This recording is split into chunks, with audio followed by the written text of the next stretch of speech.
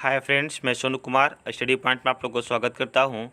आज मैं साइंस का जो घटना चक्र का जो साइंस है, जो सामान्य विज्ञान का मैं आप लोग के लिए फिजिक्स का पहले चैप्टर उठाया हूं। आज जो फिजिक्स का होंगे, जो पार्ट 4 होंगे, लेक्चर नंबर होंगे वो क्या होंगे, 4 होंगे। इससे पहले पार्ट 3 तक इस चैनल पे अपलोड कर दी गई है। अगर इससे पहले पार्ट 3 तक आप लोग नहीं देख पाए हैं तो इस चैनल पे वीडियो अपलोड कर दी गई है, वहाँ से आप जा कर के देख सकते हैं।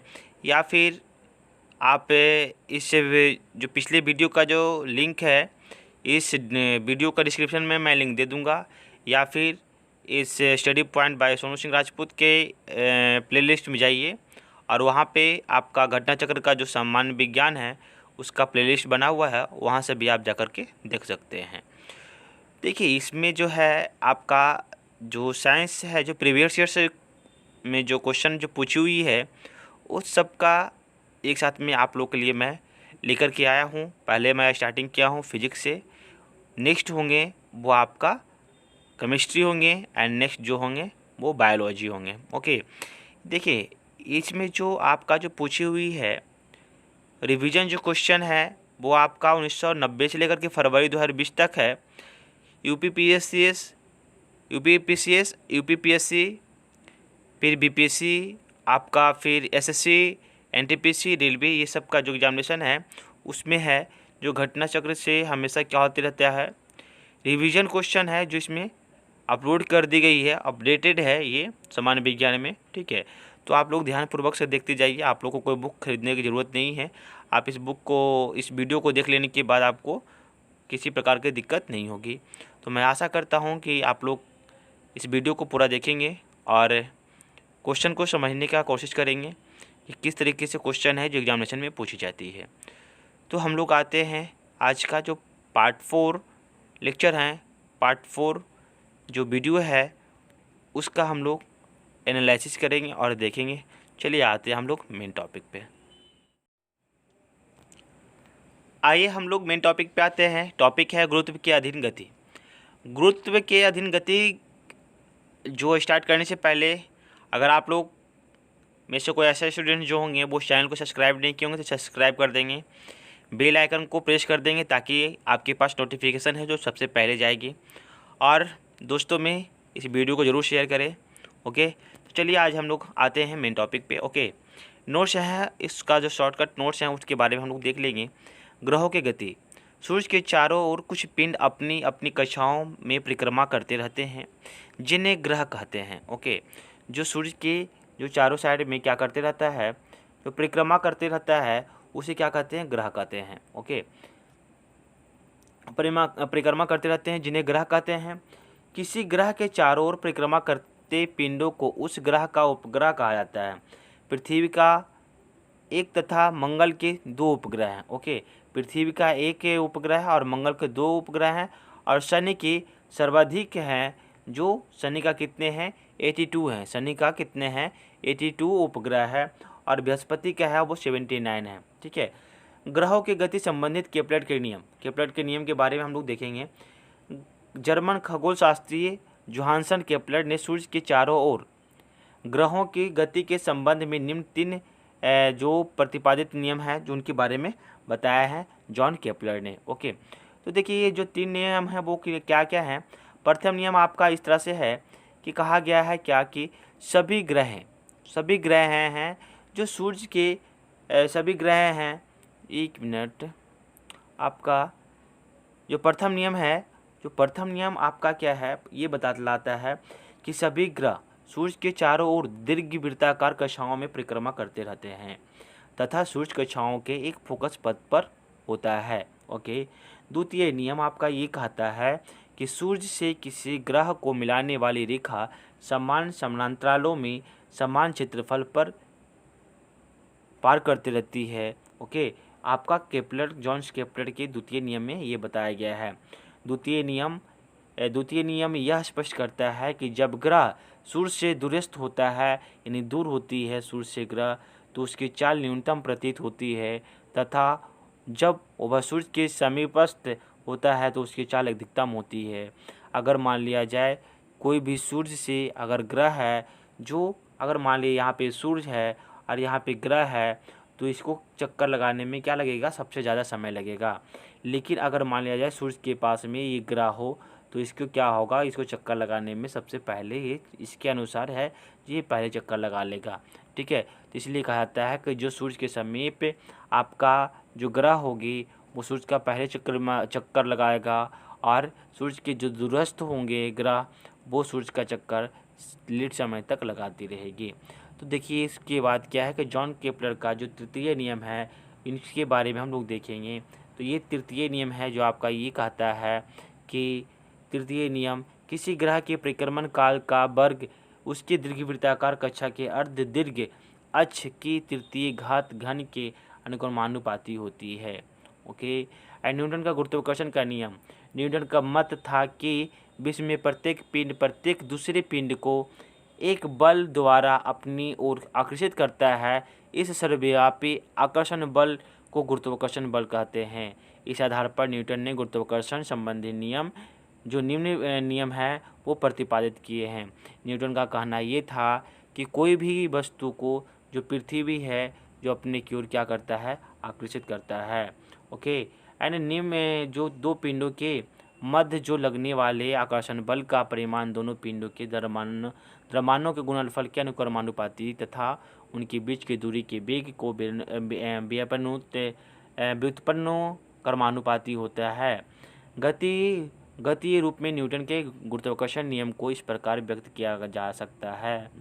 यदि दो पिंड जिनके द्रव्यमान क्रमशः m1 तथा m2 है एक दूसरे से r दूरी पर स्थित हो तो उनके बीच कार्य करने वाला आकर्षण बल कहलाती है। ओके, एंड इसका जो फ्रिक्शनल फोर्स का जो फॉर्मूला है वो इस तरह से कुछ है, क्या है, F समानुपाती m1 into m2, okay, m2 by r square, ये आपका होता है गुरुत्वाकर्षण नियम का formula. Okay, and F equal to क्या है, G इंटू यानी gravitational force m1 into r2 by m1 into m2 by r square. Okay, and जो नेक्स्ट पॉइंट है वो आप लोग का इस तरह से है कि जहाँ G अनुक्रमानुपाती स्थिरांक है, इसे न्यूटन का गुरुत्वाकर्षण स्थिरांक कहते हैं। यदि बल न्यूटन में दूरी r मीटर में तथा द्रव्यमान m1 व m2 किलोग्राम में हो तो G का मान न्यूटन मीटर पर किलोग्राम होगा। प्रयोगों द्वारा G का मान 6.67 गुणे 10⁻⁻10 न्यूटन मीटर पर किलोमीटर स्क्वायर ज्ञात किया जा सकता है। गुरुत्व एवं पृथ्वी का गुरुत्वीय त्वरण गुरुत्वाकर्षण बल है जिसे पृथ्वी किसी वस्तु को अपने केंद्र की ओर खींचती है।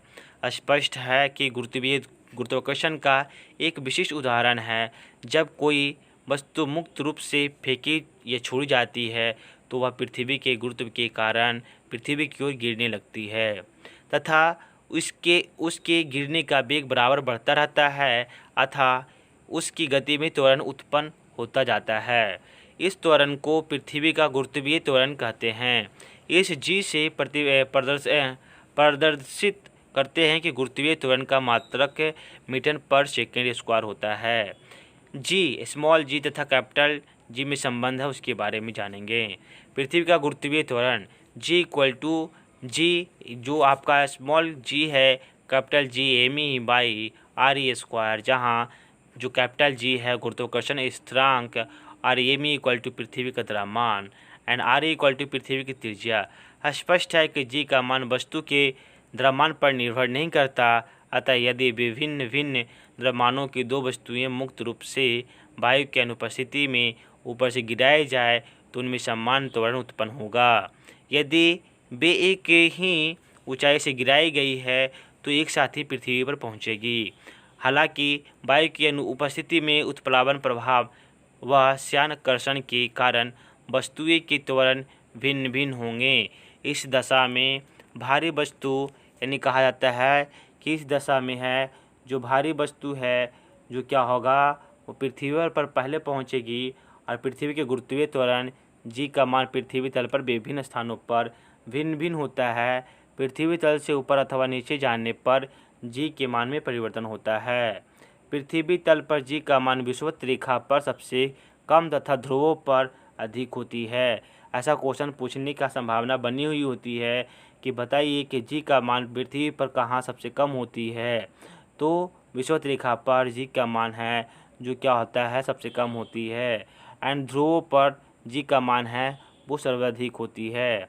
एंड उपग्रह की कक्षाएं जो चाल है उसके बारे में हम लोग देखेंगे। अब आते हैं कि जब कोई उपग्रह पृथ्वी के चारों ओर वृत्तीय कक्षा में परिक्रमण करता है तो उस पर एक अवकेंद्रीय बल कार्य करता है। यह बल पृथ्वी द्वारा उपग्रह पर लगाए गए गुरुत्वाकर्षण बल होती है। एंड जिस तरह से देखें क्या कि ये पृथ्वी है और ऊपर से क्या है कि यहाँ पे आपका लगाई गई है, इस तरह से आपको बताया गया है क्या कि ये पृथ्वी है और क्या है MENRE और यहाँ पे ये गोलाकार है और ऊपर से आ रही है वस्तु। ओके। एंड जो नेक्स्ट है उसके बारे में हम लोग देखेंगे। यदि यदि एम द्रव्यमान का उपग्रह यदि एम द्रव्यमान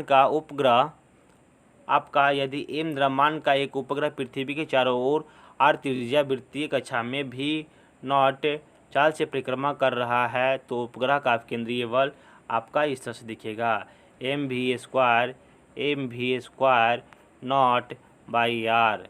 ओके। एंड चूँकि गुरुत्वाकर्षण बल की अवकेंद्रीय बल है अतः capital ME small m by r² equal to mv² naught r²। v naught equal to होगा √GME/RE। ये इस क्वेश्चन फर्स्ट होगा, जहाँ g गुरुत्वाकर्षण स्थिरांक तथा m पृथ्वी का द्रव्यमान है। तो हमें ज्ञात है कि g equal to small capital GME/RE² होगा। GME/RE² 2 होगा। इस समीकरण के अनुसार आपका जो क्वेश्चन जो निकाला गया है वो भी नॉट इक्वल टू RE का √G/R में होगा। ओके। एंड चलते हैं, आते हैं पलायन वेग है उसके बारे में हम लोग जानेंगे।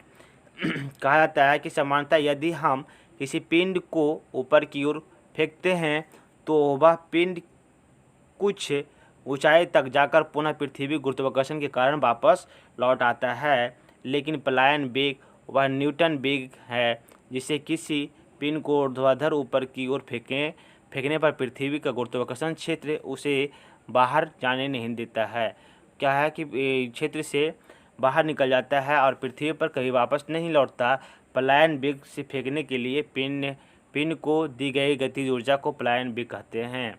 यदि पृथ्वी का द्रव्यमान में पृथ्वी की जो त्रिज्या है RE तो पलायन वेग क्या होगा आपका इस तरह से है, आपका इस तरह से दिखाया गया है। ओके। जहाँ G गुरुत्वाकर्षण स्थिरांक है, स्पष्ट है कि पलायन वेग पिंड के द्रव्यमान पर निर्भर नहीं करता है। यदि पृथ्वी पर गुरुत्वाकर्षण त्वरण G है तो आपका जो G इक्वल टू होगा वो आपका इस तरह से फार्मूला होंगे, यहाँ पे आपका शो किया हुआ है। अगर मान लिया जाए ये G है और उसके बाद आपका जो G है तो अगर मान लीजिए इसको निकालना है तो क्या होगा, अगर क्या है GME इक्वल टू आपका ये क्रॉस मल्टीप्लिकेशन होगा तो क्या होगा GRE का होल स्क्वायर होंगे। ओके। तो आपका इस तरह से निकल करके आ जाएगा। एंड जो नेक्स्ट हम लोग देखते हैं वो है आपका इस तरह से कि उसके बारे में देखेंगे थोड़ा सा कि यहाँ पे इस तरह से दिखाया गया है। ओके। एंड यहाँ पे यहाँ पे 2 R है, यहाँ पे 1 R है, तो अगर R कट जाता है तो आपका क्या बच जाएगा √2GRI बच जाएगा। ओके। एंड गुरुत्वीय त्वरण G का मान होगा वो क्या होगा 9.8 मीटर पर सेकेंड स्क्वायर होंगे।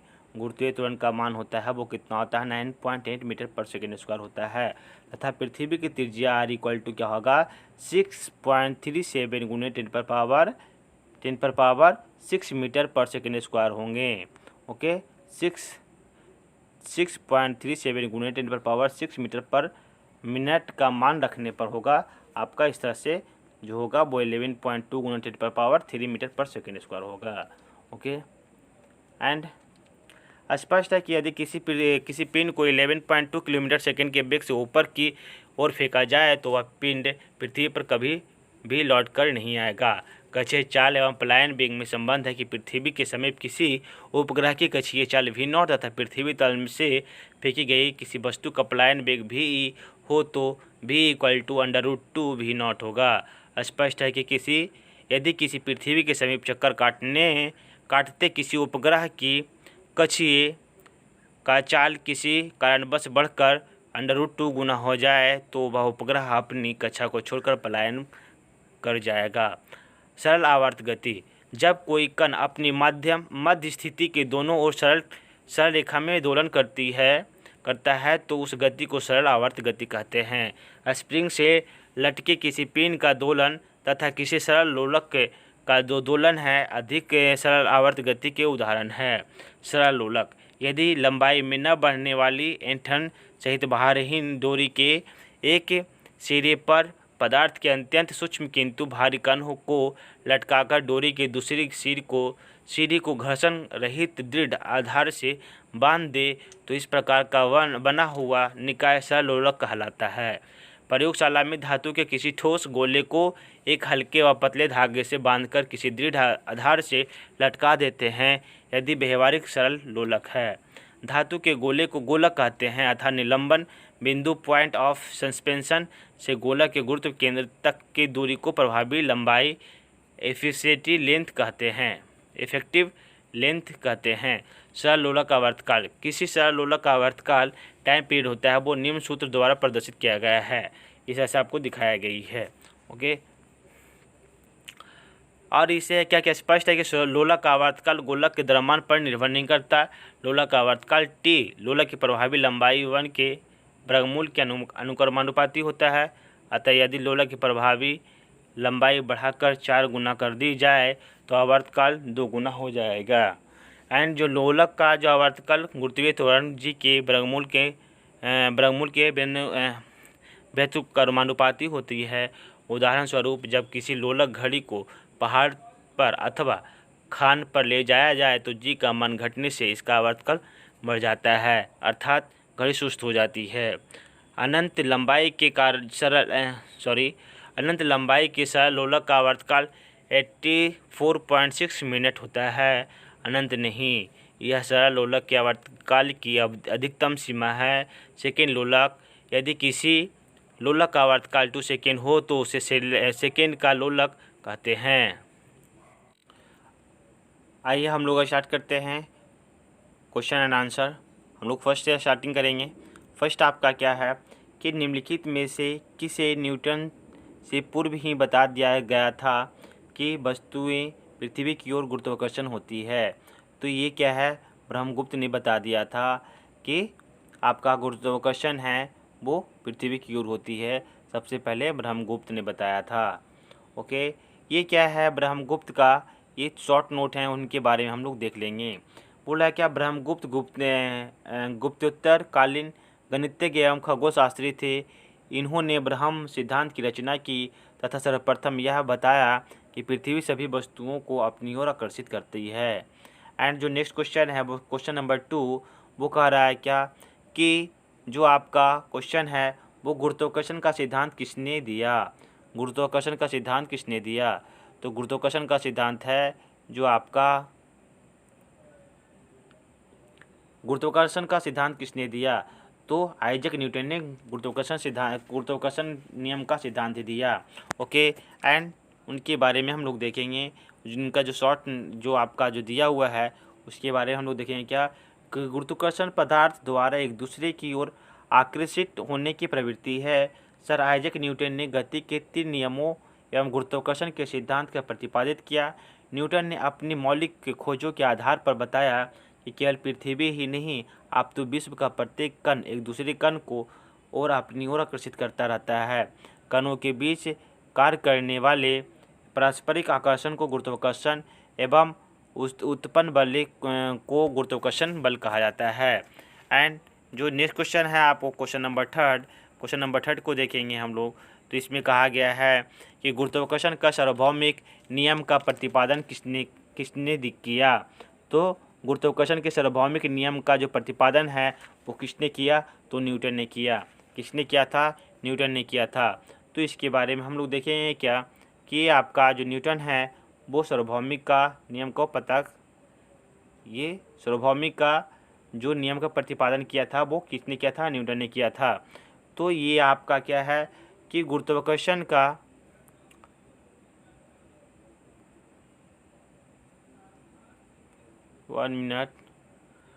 गुरुत्वाकर्षण के सार्वभौमिक नियम का प्रतिपादन न्यूटन ने किया था।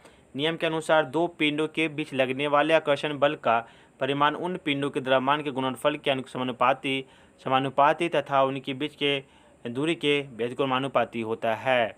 एंड F = बल m1 पहले पिंड का द्रव्यमान, फिर m2 दूसरे पिंड का द्रव्यमान, r दोनों पिंडों के बीच की दूरी, एंड g गुरुत्वाकर्षण स्थिरांक होती है। क्वेश्चन नंबर 4, अंतरिक्ष यात्री निर्वात में सीधे खड़े नहीं रह सकते क्योंकि इसका जो गुरुत्व नहीं होता है। ओके, ये देखिए यूपीपीएससी का मेंस में 2007 में पूछा गया है। अंतरिक्ष में कम गुरुत्व के चलते अंतरिक्ष यात्री सीधे खड़े नहीं रह सकते। कम गुरुत्व में लंबे अंतरिक्ष अभियानों में अंतरिक्ष यात्रियों को पेशियां, क्षय और अस्थियों के घनत्व में कमी का सामना करना पड़ता है। अस्थि घनत्व कम होने से अस्थियां कमज़ोर हो जाती है। क्वेश्चन नंबर 5, अंतरिक्ष यान जो चक्कर लगा रहा है से एक सेब छोड़ा जाता है तो वह क्या होता है? अंतरिक्ष यान के साथ साथ उसी गति से गतिवान होगा। ओके, अंतरिक्ष में गुरुत्वाकर्षण के अभाव में सेब अंतरिक्ष यान के साथ साथ उस गति में क्या होगा? गतिवान होगा। पीसा की झुकी हुई मीनार गिर नहीं जाती क्योंकि वो गुरुत्व केंद्र से जाने वाले ऊर्ध्वाधर लाइन तल के अंदर रहती है। ओके, अब आते हैं हम लोग क्वेश्चन नंबर, इसका थोड़ा सा देख लेंगे क्या है पॉइंट। गुरुत्व केंद्र वह बिंदु है जहां वस्तु का संपूर्ण द्रव्यमान संकेंद्रित होता है। कोई भी वस्तु तब तक स्थिर रहती है जब तक गुरुत्व केंद्र से जाने वाली ऊर्ध्वाधर रेखा उसके तल से होकर गुजरती है।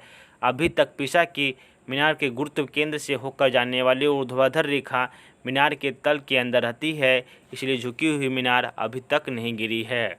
ऐसा माना जाता है कि मीनार के और अधिक झुकने पर गुरुत्व केंद्र से होकर जाने वाली रेखा मीनार के तल से बाहर हो जाएगी, तब यह गिर पड़ेगी।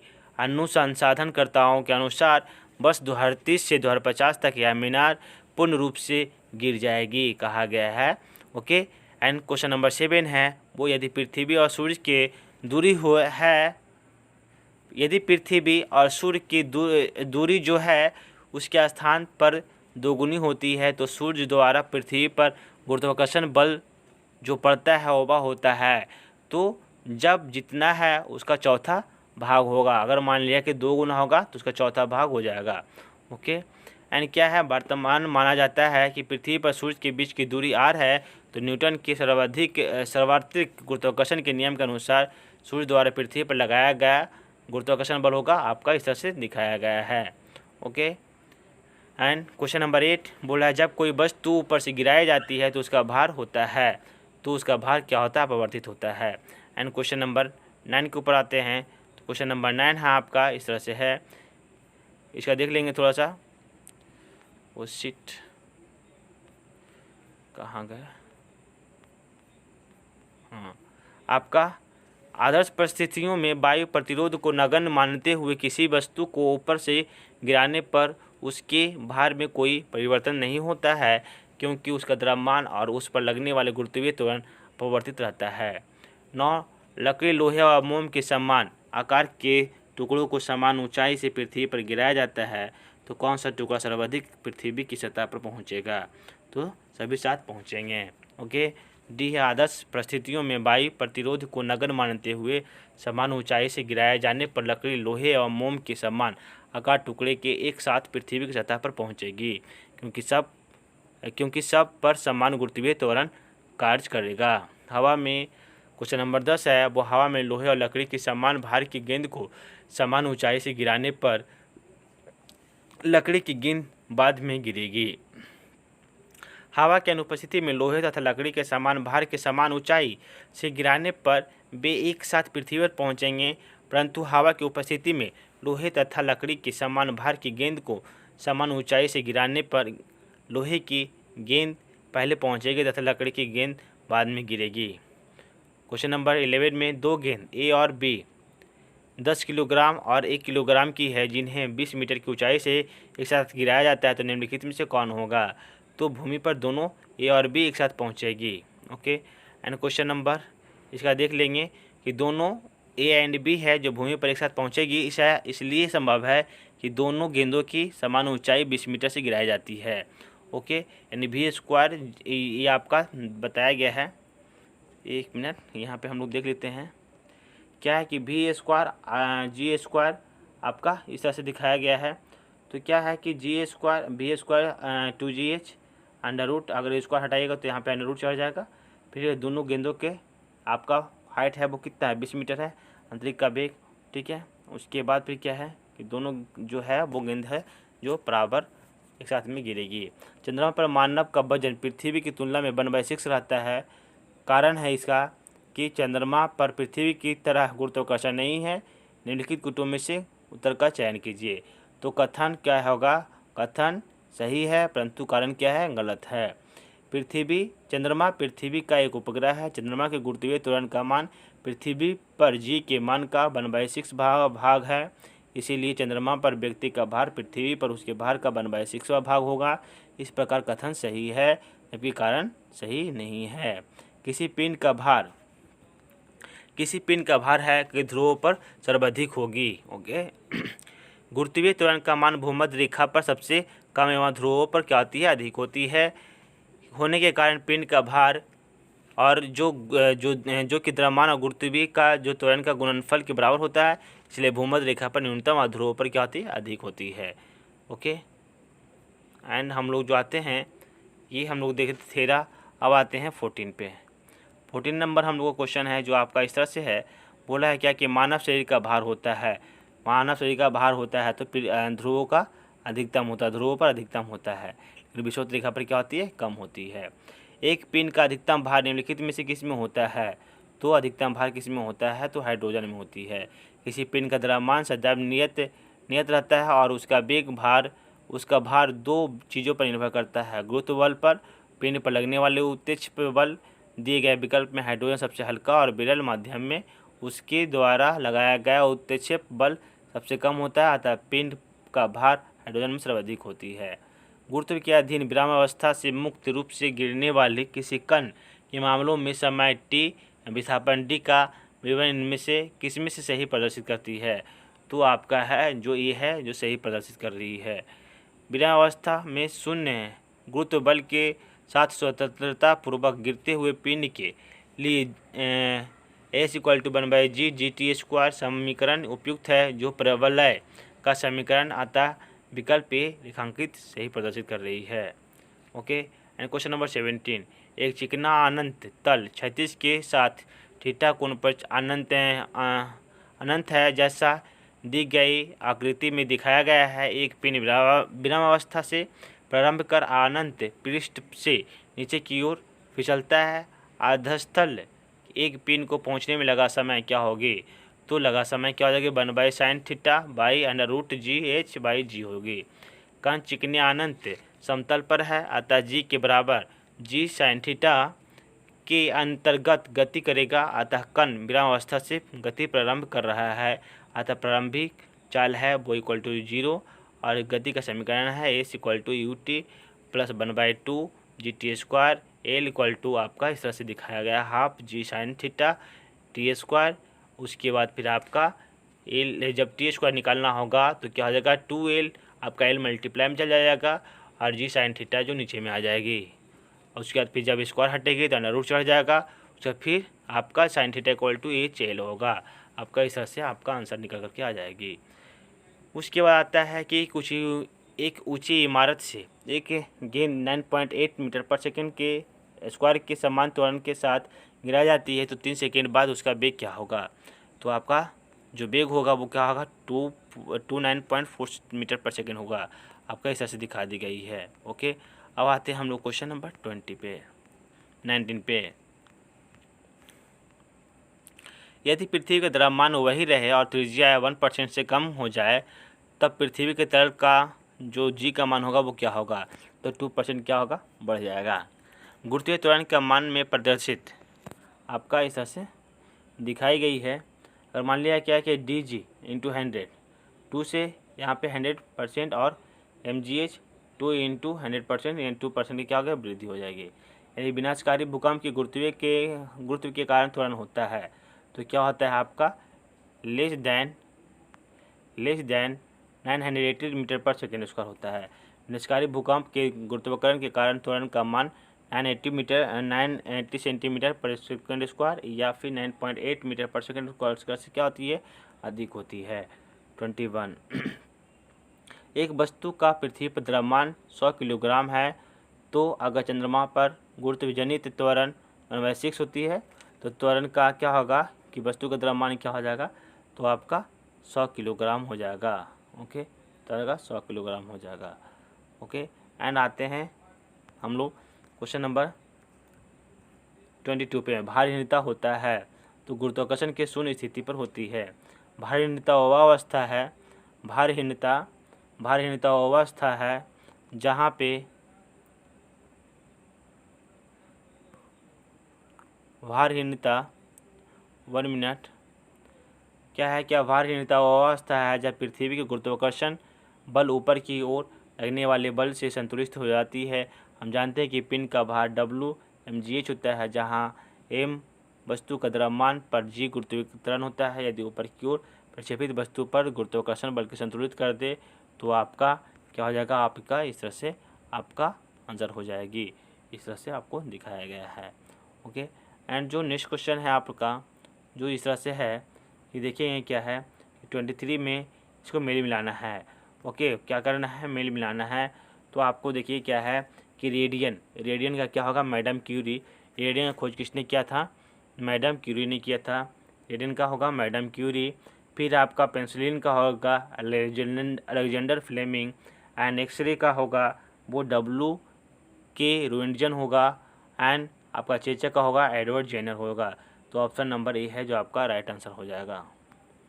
एंड इसका वही बताया गया है क्या कि यहाँ पे है जो रेडियम तत्व की खोज पियरी क्यूरी और मैडम क्यूरी ने 1898 ईस्वी में की। पेनिसिलिन की खोज अलेक्जेंडर फ्लेमिंग ने वर्ष 1928 में किया और एक्सरे की खोज 1895 में विलियम होन्स रोएंटजन ने की थी। एडवर्ड जेनर ने 1776 में चेचक के टीके की खोज की थी। ओके, चेचक के टीके की खोज की थी। एंड क्वेश्चन नंबर 24 है वो पृथ्वी अपने अक्ष में लगभग 4400 किलोमीटर प्रति घंटा की गति से घूमती है तो इस तेज गति को हम अनुभव क्यों नहीं करते हैं। तो अपने अक्ष में पृथ्वी की गति की अपेक्षा में हमारी पृथ्वी की गति होती है वो क्या होती है, शून्य होती है। क्या होती है, शून्य होती है। हम लोग थे क्वेश्चन नंबर 24 पे। ओके, एंड क्वेश्चन नंबर 25 है वो क्या है कि यदि पृथ्वी का गुरुत्वाकर्षण बल अचानक लुप्त हो जाए तो निम्न में से कौन सा परिणाम सही होगा। यानी भार का शून्य, यदि वस्तु का भार शून्य हो जाएगा परंतु द्रव्यमान वही रहेगा। पृथ्वी की सतह के निकट किसी पिंड पर लगने वाले बल पृथ्वी का गुरुत्वाकर्षण बल यदि अचानक लुप्त हो जाए तो वस्तु का भार शून्य हो जाएगा परंतु द्रव्यमान वही रहेगा। अब आते हैं क्वेश्चन नंबर 26 पे। 26 है जो आपका इस तरह से है। 26 है आपका 1 मिनट। हाँ, चलिए क्या है कि पृथ्वी के चारों ओर परिक्रमा कर रहा कृत्रिम उपग्रह इसलिए पृथ्वी पर नीचे नहीं गिरता क्योंकि पृथ्वी का आकर्षण होता है वो क्या होता है, उसकी गति के लिए आवश्यक त्वरण प्रदान करता है। ओके, पृथ्वी के चारों ओर परिक्रमा करते हुए कृत्रिम उपग्रह पर 2 प्रकार के बल कार्य करते हैं। एक है केंद्रीय बल और दूसरा है प्रक्षोभ बल। केंद्रीय बल गोलाकार पृथ्वी का गुरुत्वाकर्षण बल है जिसके कारण उपग्रह अपनी गति के लिए आवश्यक अपकेंद्रीय त्वरण प्राप्त कर पृथ्वी के वृत्तीय अथवा दीर्घवृत्तीय कक्षा में परिक्रमा करता है और पृथ्वी पर नीचे नहीं गिरता है। प्रक्षोभ बल के अंतर्गत वायुमंडलीय कर्षण पृथ्वी के गोलाई में त्रुटि चंद्र एवं सौर के गुरुत्वाकर्षण खिंचाव और सौर विकिरण दाब आदि से उत्पन्न बल आते हैं। इन बलों का योग यद्यपि कम है किंतु इनके कारण उपग्रह के पथ में विचलन या आ जाता है अधिक ऊंचाई वाली कक्षा भूस्थिर कक्षा 36,000 किलोमीटर या अधिक में स्थापित उपग्रह को वायुमंडलीय कर्षण से अप्रभावित रहते हैं, परंतु निम्न कक्षा वाले उपग्रहों के कक्षीय त्रिज्या वायुमंडलीय कर्षण से प्रभावित होकर धीरे धीरे कम हो जाती है और अंततः ऐसे उपग्रह पृथ्वी के संघनन वायुमंडल में पहुंचकर भस्म हो जाती है। क्वेश्चन नंबर 23 है जो है वो आपका भू उपग्रह अपने कक्ष में निरंतर गति करता है। यह आप केंद्रीय बल के प्रभाव में से होता है जो प्राप्त है वो क्या है, पृथ्वी द्वारा उपग्रह पर लगने वाले गुरुत्वाकर्षण से। ओके, एंड जो 28 क्वेश्चन है, 28 नंबर, वो कृत्रिम उपग्रह पृथ्वी से सुस्पष्टता से ट्रैक किया जा सकता है तो डॉपलर प्रभाव के द्वारा। एंड क्वेश्चन नंबर 29 है, वो अपने कक्ष में एक उपग्रह पृथ्वी का चक्कर लगाता रहता है और वह ऐसा निम्न में से किस कारण से होती है, तो केंद्रीय मुखी बल से के कारण होती है। ओके, पृथ्वी के ज्ञात बलों को 4 वर्गों में विभाजित किया जा सकता है, जैसे कि गुरुत्व, विद्युत चुंबकीय, दुर्बल नाभिकीय बल और प्रबल नाभिकीय बल। उनके संदर्भ में निम्नलिखित कथनों में से कौन सा सही नहीं है, तो आपका ये है वो जो गुरुत्व चारों ओर सबसे प्रबल है, ये क्या है, गलत है, बाकी और सब सही है। जब लिफ्ट में बैठे हुए व्यक्ति अपना भार कब अधिक मालूम पड़ेगा, जब लिफ्ट त्वरित गति से ऊपर जा रही हो, सही है यही, ठीक है। उसके बाद क्या है आपका क्वेश्चन नंबर आपका 32 है, लोलक की कालावधि है तो लंबाई के ऊपर निर्भर करती है। लोलक की कालावधि क्या है, लंबाई के ऊपर निर्भर करती है। लोलक घड़ियाँ जो गर्मियों में सुस्त हो जाती है तो लोलक की लंबाई बढ़ जाती है, इसलिए घड़ियाँ क्या होती है, गर्मी में सुस्त हो जाती है। एक लड़की झूले पर बैठी स्थिति में झूला झूल रही है, उस लड़की के खड़े हो जाने पर प्रदोलन आवर्तकाल क्या होगा, तो कम हो जाएगा। यानी लड़की झूले पर बैठी स्थिति में झूला झूल रही है तो उस लड़की के खड़े हो जाने पर लोलक की प्रभावी लंबाई कम हो जाएगी और फलस्वरूप उसका प्रदोलन आवर्तकाल कम हो जाएगा। निम्नलिखित कथनों पर विचार कीजिए। आपका जब है एक समान दोलन जो चल रहा है, ऐसे में जब गोला माध्यम अस्थवा से गुजरता है तो उसका क्या होगा, तो इसका है क्या कि 1, 2, 3 सही है, 2, 1, 2 और 4 सही है। जब गोला माध्यम स्थान से गुजरता है तो तुरंत शून्य हो जाता है और हर आवर्तन में गोलक 2 बार किसी एक निर्दिष्ट वेग को प्राप्त कर लेता है और समान दोलक का दोलन आयाम समय के साथ साथ कम होता जाता है। ओके, इसीलिए 1, 2 और 4 सही है। इस पे दिखाया गया है कि सरल आवर्त गति करने वाले पिंड जब अपनी माध्यम स्थिति से गुजरता है तो उस पर कोई बल कार्य नहीं करता, उसका त्वरण शून्य होता है, वेग अधिकतम होता है, गतिज ऊर्जा अधिकतम होती है, स्थित ऊर्जा शून्य हो जाती है। जब पिंड गति के अंततः बिंदु चरम स्थिति पर पहुंचता है तो उसका त्वरण अधिकतम होता है, उस पर कार्य करने वाले प्रत्यायन बल अधिकतम होता है, गतिज ऊर्जा शून्य हो जाती है, स्थित ऊर्जा अधिकतम होती है और वेग शून्य हो जाता है। साथ ही हर आवर्तन में गोलक 2 बार किसी एक निर्दिष्ट वेग को प्राप्त करता है। इसके अतिरिक्त समान परिस्थितियों में समान दोलक का जो दोलन होती है आयाम समय के साथ साथ कम होता जाता है। इस प्रकार कथन 1, 2 और 4 सही है। पेंडुलम घड़ी तीव्र गति से चल रही है तो शीतकाल में पेंडुलम घड़ी शीतकाल में तेज़ी से चलती है क्योंकि इसका आवर्त पथ पर आवर्तकाल घट जाता है, जबकि ग्रीष्मकाल में इसका आवर्त पथ पर तथा आवर्तकाल बढ़ जाता है, जिसके फलस्वरूप पेंडुलम घड़ी ग्रीष्मकाल में धीरे धीरे चलती है और सुस्त हो जाती है। पृथ्वी का पलायन वेग वो 11.2 किलोमीटर पर सेकंड होती है। पलायन वेग वह न्यूनतम वेग है जिससे किसी पिंड को ऊपर की ओर फेंके जाने पर पृथ्वी के गुरुत्वाकर्षण क्षेत्र को पार कर जाता है तथा पृथ्वी पर वापस नहीं आता है। पृथ्वी का पलायन वेग 11.2 किलोमीटर पर सेकंड होती है। एंड आपका जो है क्वेश्चन नंबर 38 सेकेंड लास्ट है। अगर किसी वस्तु को 8 किलोमीटर प्रति सेकंड के वेग से अंतरिक्ष में फेंका जाए तो क्या होगा, वह वापस पृथ्वी पर आ गिरेगी। क्वेश्चन नंबर 39 चंद्रमा पर वायुमंडल नहीं होने पर क्या है, यानी वहाँ पे इस पर गैस बानुओं को पलायन वेग उनके वर्ग माध्यम मूल का वेग से कम हो जाता है। ओके, ये आपका है जो क्वेश्चन नंबर 39 तक समाप्त हो चुकी है। और जो नेक्स्ट टॉपिक होगा वह स्थूल पदार्थों के गुण होंगे, उसके बारे में हम लोग देखेंगे।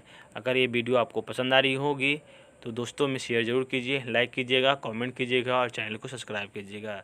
तब तक जय हिंद, जय भारत।